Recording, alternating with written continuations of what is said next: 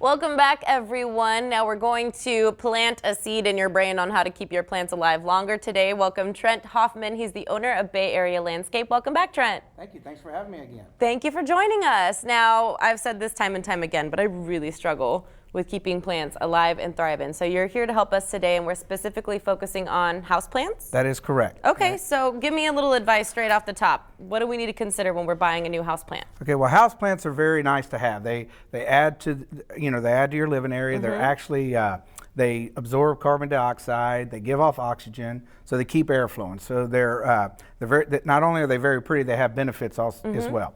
Okay, but the hardest thing with houseplants is, in my opinion, is light.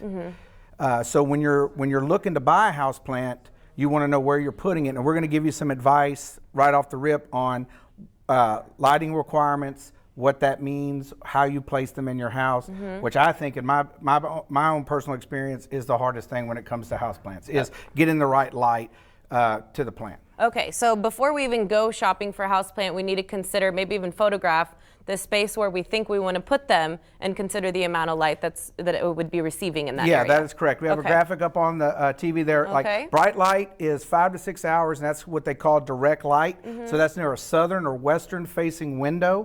Okay, so when you're doing bright light, you don't necessarily want it right up against the window. You want to put it a little bit back. But if you know that your house plant requires bright light, then that's how you want to position it in your house. Okay. Then we go to indirect light or medium light. Okay, and most of the plants, and the plants we have here, are ones that require medium light, and then you want to place that near an east facing window or in the middle of a room that gets full light from the south or west facing window. Okay. May sound real hard, but to kind of find out how your house is set up, just kind of see where the sun rises, where the sun sets, gives you kind of an idea where east and west is, and then you can work it from there. It's not an exact science, but it gives you a little bit of technique on where you need to place your plants. And then we have, the last is low level light.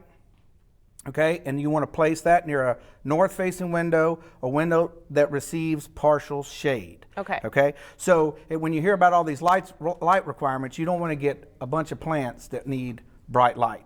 Because that's me. I just impulse buy. I'm like, that's pretty. I'm going to take that home. And then so it's very, very important. That's actually a really good point. So it's very, very important that you know your lighting requirement, because you don't want all your plants in one corner of your house, because they're all bright light plants. Okay. So you want to kind of mix it up as you're picking your plants and you're putting them throughout your house. Okay. All right. All right. So we have some other problems that we have. We're going to have some examples. First and foremost, this is the peace lily, right? That is the peace lily. Beautiful plant. Very, very pretty. Okay. And that is something that people give in sympathetic situations, occasions like funerals. And so a lot of people come in, they'll get this for a family member that has died, and they don't want it to die. They want to keep it alive, so they want to know how to maintain it. So actually, this is actually pretty easy to keep alive, but we're going to have a picture of a little bit of a problem that you could have with a peace lily. That doesn't look good.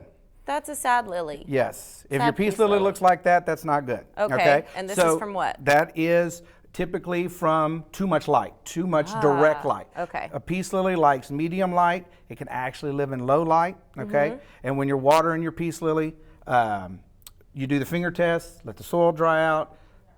Houseplants do not like a lot of water. Okay. So, and a moisture meter is very, very good to own if you are going to have houseplants, because it's real easy to test the moisture level in the soils. Okay, good to know. I definitely overwater and put them in the wrong place in my house. So, good to know with the peace lily, pretty easy to maintain. Keep it watered, not overwatered, and in medium to low light. Medium to low light. Okay, up next we have the bromeliad. Bromeliad. Which one is the bromeliad? Let's see. Now that is another one. Oh, that's one of my favorites, because it's so tropical looking. Very tropical. Beautiful. And so these are going to do okay in the house, because a lot of times I think I'm buying houseplants and I'm putting them outside thinking they're all better outside, but they're not. So is it common to overwater these? Yes. In fact, we're going to have a picture here. They're very pretty, but the picture that we're going to show here of a sick bromeliad is that is due to over watering. Okay. So bromeliads do not require a lot of water. As you can see in that picture, they have a stalk, and it's like called a cup or an urn. So you really only need to water the soil maybe once a month. But you put a couple of teaspoons of water in that urn, and then that helps keep it alive. it's very, very easy to overwater a bromeliad. And when you're watering bromeliads or any other houseplants, distilled water, filtered water are always the best. You can use tap water, but to play it safe, distilled water, tap water is always the best way to water. Good point, because there can be a lot of nasty stuff in the water you're not even thinking about That is correct. that ends up damaging your plants. It wasn't even your fault, it was the water. That's right. Okay, up next, ivy. The pothos ivy is one of my favorites. The way that it continuously grows and flourishes is just absolutely gorgeous. You can see some images here. Beautiful in the home. So tell me about these, what their maintenance is like, and what do we do when those leaves start turning yellow? Okay, pothos ivy is very popular. You see the one that has the stalk or the stake. They're really pretty in hanging baskets, real easy to take care of. Medium light is what you want for that. And when you have little yellow leaves like this, you want to keep an eye on it, but sometimes, you know, leaves are going to die off, they'll fall off. So when you have a situation like this with your ivy, pick them off, keep an eye on it, check the watering, make sure everything's okay, and just watch it and take those yellow off and you're good to go. Okay, and how do these do with water? Regular maintenance? Yes. In all of your house plants, once a week watering is typically all you need. But again, always do the finger test. Plants will tell you when they're thirsty, they'll wilt. And a moisture meter is really a good thing because it's real simple. You stick it in there and it'll tell you what the moisture of your soil is. Yes. Good to know. And I'm one to like grab a cup, fill it up, dump it in there, and probably oversaturate my plant. So is it better to use like a spray bottle or something, or is there a certain amount depending on the pot size that we want to use? That's a great question. What you want to do when you're watering your plants, when we talk about watering once a week, you want to make sure that you water thoroughly, which means you want to water and have the water come through the plant and out the drain holes. Okay. Very, very important in all the pots that any plant sits in, but your house plant sits in, they have drain holes. So that's how you water. You want to water thoroughly, have it come through so it'll water the root ball and make sure it drains out the drain holes. Then you know you got a good watering on it. Yep, and the drain hole thing is important too, because I think a lot of us, you buy these plants and not all of them have the pots with the drain holes. That is correct. So then you end up having that water accumulate at the bottom or having the bottom dry out because you're not watering the entire. Okay, right. See, I'm learning. I'm learning. Yep. Thank you. Up next we have the Areca palm. Did I say that right? You did. Okay. That's a beautiful palm. Very pretty. Gorgeous. I have one sitting by me. Those are very nice. Those are actually good for bright light. Okay. And then when you have your plants around bright light, every other time you water, you want to turn them. You know, so they don't get any type of leaf burn, because that's what you have to be careful of when you have bright light plants, because you're going to have them by a window, as you see here. And so in Corpus, you know, it gets really, really hot. You can feel the heat through the window. So you have to be really, really careful with your bright light plants. But, you know, in the wintertime, you can push them a little closer to the window. Summertime, you can back them away. And we have an issue one with... gone bad. There you go. Oh, and what's that? That is what they call scale. Okay. It's like a plant disease? It is a plant disease. It's an insect. Interesting. Okay. So another reason, you know, other than lighting and overwatering, underwatering, pests are something that can attack your indoor plants. So with the immobile scale, you can treat it with like an insecticidal soap. Okay. Like something right here, okay, which is really, really good. In that particular example, once you have it that bad, if it's a light infestation, you can kind of wipe it off with your hands and take it off.